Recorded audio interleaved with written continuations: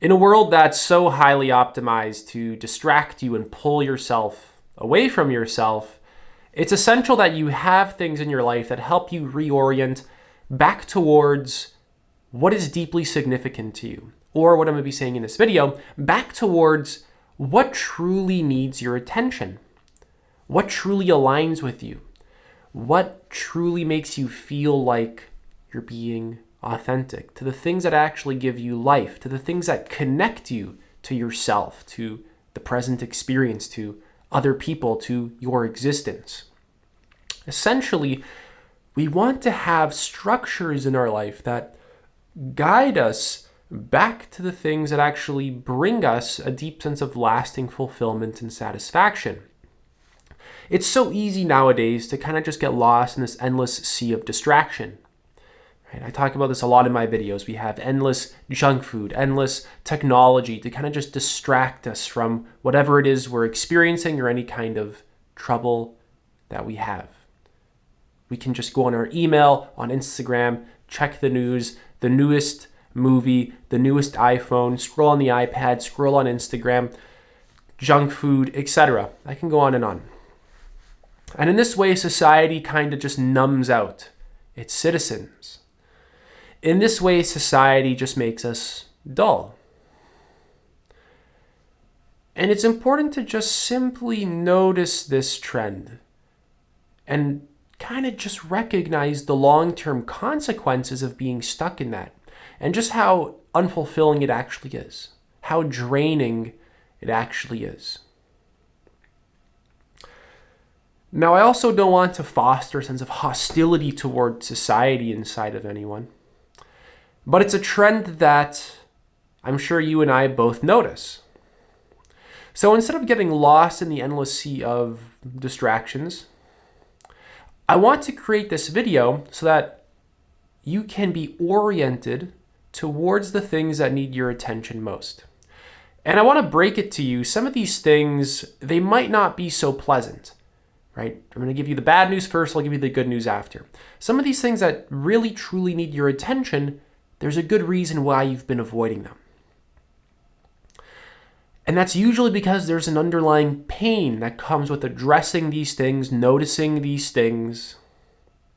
And the good news here is that once you learn how to address these things, once you learn how to face these things head on, once you learn how to be present with these things, once you learn how to not be afraid of these things, once you can be open to the existence of these things, it stops being so uncomfortable. Instead, you get curious about your experience. Your mind opens. You can actually learn deeper. You can gain more wisdom. Once you learn to just not react unconsciously to the existence of the things that you avoid, and they're controlling you unconsciously, essentially, once you learn to just start attuning to them and redirecting your attention to them, this actually soothes a lot of those things that you avoid. Since the things you're avoiding, they need your attention the most. So the answer to the question of what needs your attention the most is going to be the things that you most avoid. The things that you deprive of your attention. And then when things are deprived of your attention and they desperately need them, those aspects of yourself are going to be in a lot of discomfort because you're not giving them the thing that they need. Just like how if you have a flower and you refuse to water it, it kind of just starts to die. And then you don't really like to look at the dead flower. You would prefer it to be a beautiful, alive flower. Well, you neglected it. Of course it's dying. So I want to add some more nuance here. Right? Essentially, we have all sorts of ways to escape our inner world and our outer world. And both of these matter a lot, and both of these are defined in relation to each other. Ultimately, they're not separate from each other. This category of inner versus outer is an artificially created duality that we simply use in order to just navigate reality as human beings. It's not really there in our experience. It's a construct. So both of these matter, and I'm going to be using these kind of frameworks in order to kind of just organize some of this information because it just works. It's of value. Although both of these are highly interconnected and completely not separate from each other. So use this question of what needs your attention to simply reorient yourself back towards the things that desperately need your attention. And you're going to want to use this repeatedly throughout your life of just what truly and honestly needs my attention. And you want to kind of build up that courage to just apply your attention towards what really needs it. And this is going to get kind of tricky, as you see throughout all these examples that I bring up. So let's start with the inner world. Perhaps it's going to be that belief that you have to let go of, but you don't, because to do that creates a lot of distress. I want to give you a little bit of an idea of how a belief system actually works. So there's no such thing as a belief that kind of just exists on its own, but it's a belief system, meaning that there's all sorts of interconnected parts. I want you to visualize a house of cards. And you know how a house of cards has all these cards that are all stacked against each other? They all essentially reinforce each other to create that house of cards. A belief is kind of like one of those cards. And imagine just ripping out one of those cards. A whole part of it crumbles. Right? And then you rip out that one, another part of it crumbles. So when you're actually questioning a belief, you're not just questioning this one isolated belief, you're dismantling the whole system, essentially.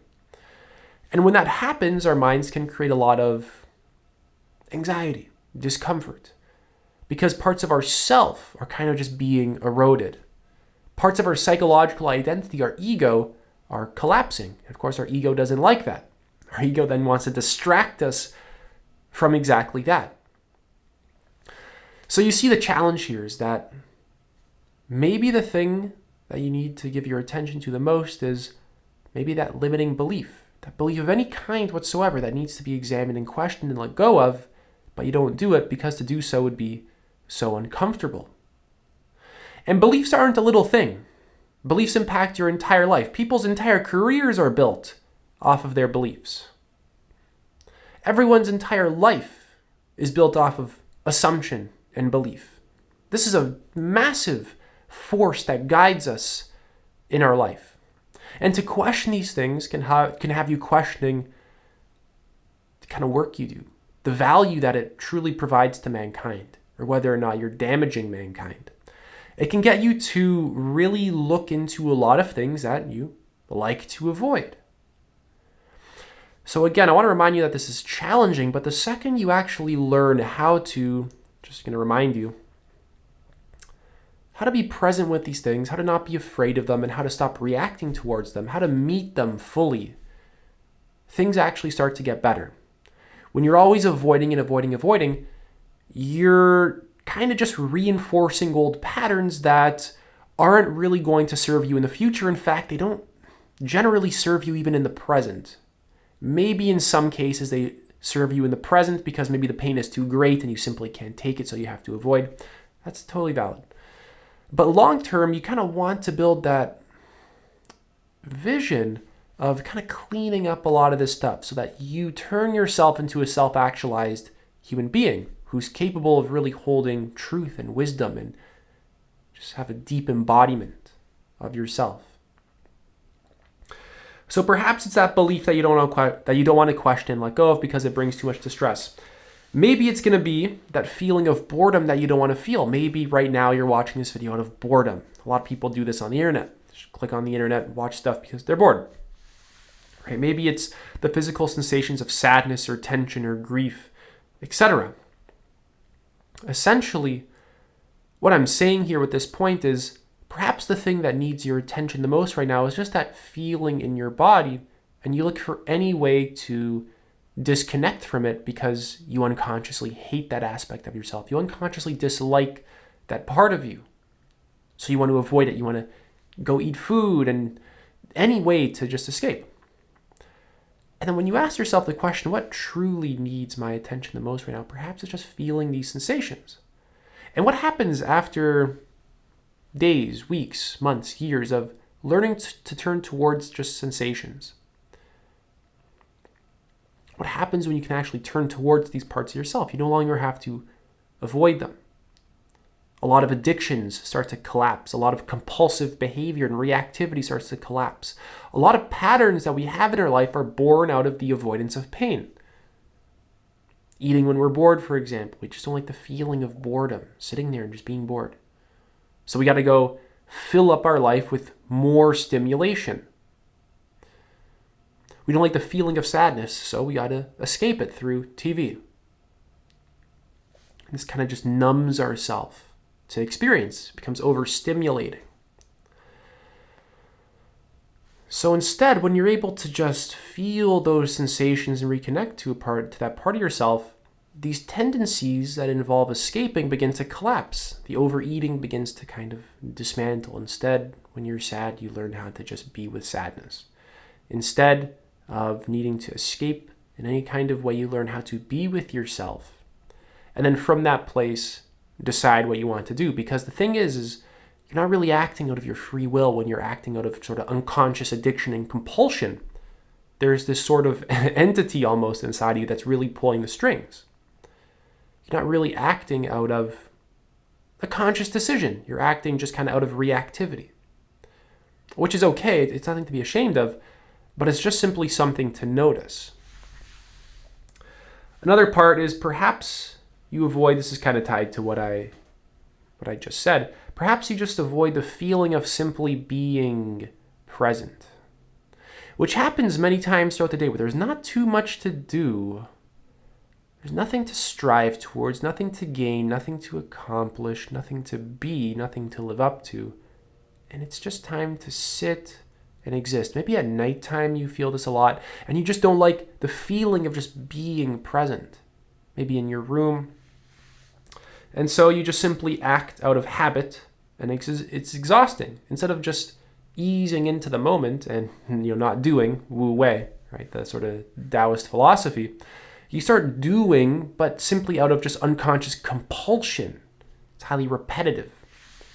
So you don't meditate, you reflect, and you don't create time to simply exist and just connect to your existence. You don't take time to appreciate or connect to the beauty of existence. Always just doing and doing and doing, because that's the conditioning that's controlling you. Maybe it's going to be a pattern that you're stuck in that you know or doesn't even know or don't even know. Again, a lot of the patterns that we're stuck in, we don't even recognize that we're stuck in them. I want you to be open to that possibility that you can be stuck in something and have absolutely no clue that you are. Like a fish in water. Perhaps it's addictions, compulsions, self-sabotage, inner child wounds that create similar behaviors and coping mechanisms, stimulation to cover up feelings, etc. Again, kind of using that question of what needs your attention the most to reorient you towards what needs your attention the most. Reorient you back towards what really matters. What's going to connect you back to yourself? What's going to put you back into alignment with yourself rather than always trying to escape the self? How can you be authentic and live in alignment with yourself and self-actualize if you hate the self? If you're always trying to eject from the circumstance that you're in, eject from the present moment? How can you build self-esteem if you're always trying to escape the self that you're trying to esteem? Of course, it doesn't work. Maybe it's going to be that thing, this is going to be true of basically every example, that you're trying to remove from your awareness, or you're trying to deny it from entering and fully entering your awareness. This is again going to be true of every example that I bring up. It's going to be that thing that you're trying to shut out of your awareness instead of allowing it to come up. Maybe you don't spend enough time discovering your core values. Maybe you just don't spend enough time experimenting and life seems dull. There's nothing to be excited about. Maybe you don't spend enough time just simply following your curiosity openly and just kind of seeing where that will take you. Maybe you don't do enough things that bring you a sense of energy and overall vitality. You don't really know yourself. Instead, moment after moment, day after day is spent doing things you hate, doing things that are draining, and then escaping the situation that you find yourself in. And maybe it's the opposite. Maybe you experiment too much. You're always kind of bouncing from one thing to the next. And you don't really commit to anything. You don't really have that focused attention towards anything. You don't go deep enough in anything. And this kind of becomes a distraction. So maybe you just lack commitment to the process of mastery. Again, what needs your attention the most? And it's hard to be honest about this. I think the underlying principle here that ties this whole thing together is honesty, but genuine self-honesty. And in all sorts of ways, the human mind is sneaky, manipulative, exploitative, self-deceptive. This is kind of how the ego is. This is how the shadow is. It likes to do its do its dirty work in the dark. Right? In all sorts of ways, our mind can delude us, delude itself, really. So again, kind of just having that principle of radical honesty is essential. I actually have a book on my free book list, Radical Self-Honesty, or maybe I think it's called Radical Honesty by Brad something. I forgot. Read it a long time ago. Even the work of Peter Ralston is very good for this kind of stuff. Adyashanti as well. Very, very good. I'd recommend reading up on some of those books so you can kind of understand the depth of these principles, and then they actually give you more results in your life. Let's move on to the outer world, because I think you get enough of the idea of the inner world, at least for now. The outer world, and again, the distinction between these two, it just blends. It really truly fades away. So the outer world, maybe it's going to be that relationship problem you have of any kind. Maybe you're lonely and you don't have enough connection in your life. Maybe you're feeling distanced from your partner and it's very habitual and there's unaddressed feelings that have to actually be addressed. So you have to create that routine check-in with each other to make sure that you guys are still just kind of connecting. There's no resentment building up in the shadow, right? You're addressing underlying emotions, things like this. Maybe you just simply don't have the proper support from your friends or the community that you find yourself in. And maybe you have to just go figure out how to find that support. Again, really returning to what needs my attention the most. Maybe you have this aspect of yourself that simply needs to feel like it's belonging to something larger than just you. And you have to give that part of yourself what it actually needs in order to be well. Moving on, maybe it's your career and money problems. And I don't want you to kind of interpret this and just kind of focus on my money problems and perhaps you use it to kind of fuel this anxiety that you have about money. This this isn't really how to interpret what I'm going to say right now. In fact, that anxiety could be the thing that needs your attention the most right now. That relationship to money could be that thing that needs your attention the most. But maybe your career is not a good fit for you.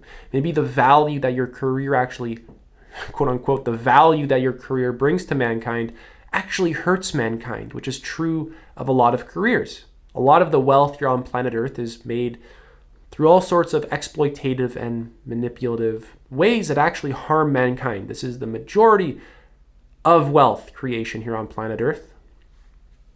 So again, do you really want to be contributing to that? Really kind of contemplate how the work you do contributes to that. And again, I hope right now you're understanding, this is hard. This is not an easy thing to admit about yourself. And there's no shame in any of this kind of stuff. I'm not trying to prompt you to be ashamed of yourself, but I'm prompting you to reflect and then kind of have that vision for how can I move to a better place over time, right? It's not just rapid changes all at once, but how can I slowly over time move to a more integrated and healthy place? And what's healthy for you, what's truly healthy for you, is also going to be very healthy for the people and the environment around you. Since, again, all this stuff is very interconnected. If there's damage being done to other people and to the environment around you, it's going to impact you. Since, again, nothing is actually separate from anything else in this universe. So maybe your career is not a good fit. Maybe the value it provides is painful, right? And your involvement. Again, I kind of want you to notice that your involvement with your career, right? The fact that you're involved with how it can create pain and harm things, right? To recognize that's hard because it's like, oh, I'm actually contributing to evil unconsciously.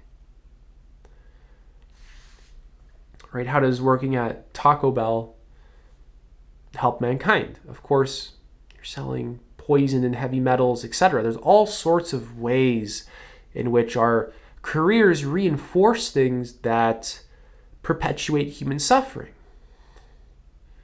Right? This is a tricky one to really begin to get into. Because again, this requires a lot of intelligence actually to build a career that's not contributing to human suffering, right? To build a career that's like even just 90% clean.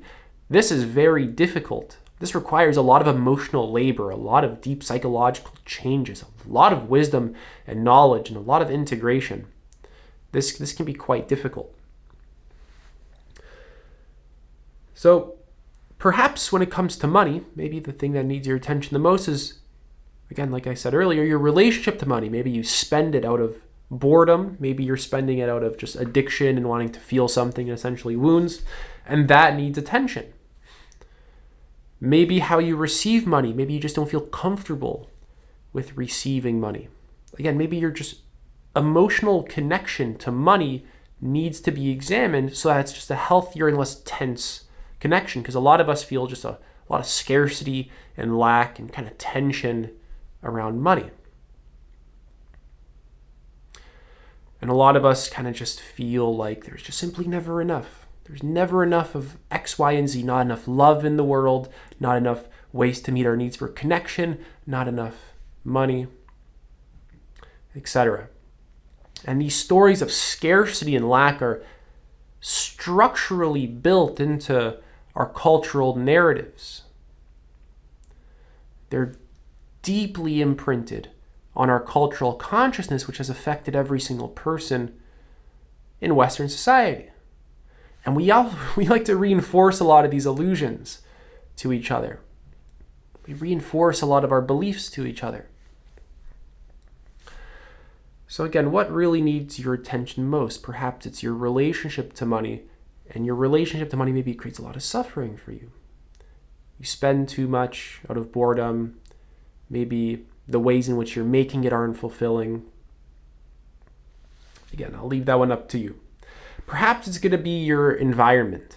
Maybe your room needs to literally be cleaned, ordered, organized, etc. Maybe it needs to be restructured so that instead of destroying you, it's actually serving you. A lot of people, they wake up and their phone is right next to their bed and they immediately grab it, and right away in the morning, they got their phone right in their face, already scrolling. They haven't even been awake for a minute yet. Maybe it needs restructuring. Maybe you got to buy an alarm clock and move your phone to a different room. Maybe you need to figure out how to set up your environment so that instead of it fostering reactivity and tension and disassociation and numbing, maybe your environment fosters the raising of your consciousness and actually supports your well-being. And maybe you simply need to change it entirely because it's not working out for you. Maybe the country you live in, maybe it's the physical place that you're renting, or whatever. Maybe the physical place you have to actually leave it entirely because it's just simply not working out for you. Again, I want you to interpret this using your own judgment and within your own personal context, and just don't jump to any sort of reaction-based conclusions. Just kind of openly contemplating what really needs your attention the most right now, right? Maybe it's your body. Maybe your diet needs to be cleaned up because you're not actually fueling your body with the things that it actually needs. Therefore, your body always feels like there's a lack of energy in it. It's not vital. It just doesn't feel healthy, right? And then it puts you in this kind of low state. And that impacts every single domain of your life because all these domains are very interconnected. Maybe your body's not flexible, so you gotta start doing yoga and stretching. A lot of people don't ever stretch their body. Your body has to be stretched so that your muscles can actually work properly. You need a certain degree of flexibility. You can't always just be completely stiff in your body for the rest of your life and not expect any kind of negative consequence to be created. And when you actually are flexible in your body, you're more flexible in your mind because these are all very interconnected. If your body feels dull, numb, uncomfortable, you're going to feel more reactive and closed and rigid in your mind. If your body's a pleasurable and healthy place, it's easy to be open-minded, curious, compassionate, and actually just learn better. pick up new things better. Moving on, maybe you just need to move more. Maybe you need to exercise more. Maybe your body needs to feel like it's kind of being pushed, right? I personally love weightlifting, right? On some days, my body just really feels like it needs that sort of pump. It just likes to lift heavy things. And then some days it kind of just wants rest. And maybe the next day it wants some cardio, wants to just kind of like move and get up. Right? What's essentially calling out to you in this experience? This is another good question to ask. What needs your attention the most, and what is simply calling out to you in this experience? And again, really keep this in mind, that the thing that's calling out to you, you might not want to notice that it is. Your mind might be sneaky and it might kind of hide it in a very subtle way that you don't even notice. So again, really kind of being honest and attentive and attuned and present to your experience and the dynamics that are going on here. What needs my attention the most? What's calling out to me? Because if it's an uncomfortable feeling, perhaps we just bypass it. Oh, no, but it's not this feeling. Actually, I got to go for a run. Right? Again, it's easy to BS ourselves. Perhaps the thing that needs your attention the most is just the feeling of sadness and all the patterns around that feeling of sadness. Again, just interpreting this with your own current context, and really just try and get the meaning of what I'm giving you in this video, because I get a lot of comments of people who interpret my content in all sorts of wild ways, in ways that I don't even intend. So again, whenever you're watching my content or anyone else's content for that matter, really try and get the meaning of what it is that they're giving you and the context of what they're giving you. That's it for this video. If you're interested in working one-to-one with me, you can apply to do so. I'm currently doing one-to-one coaching. Link is in the pinned comment. Take it easy.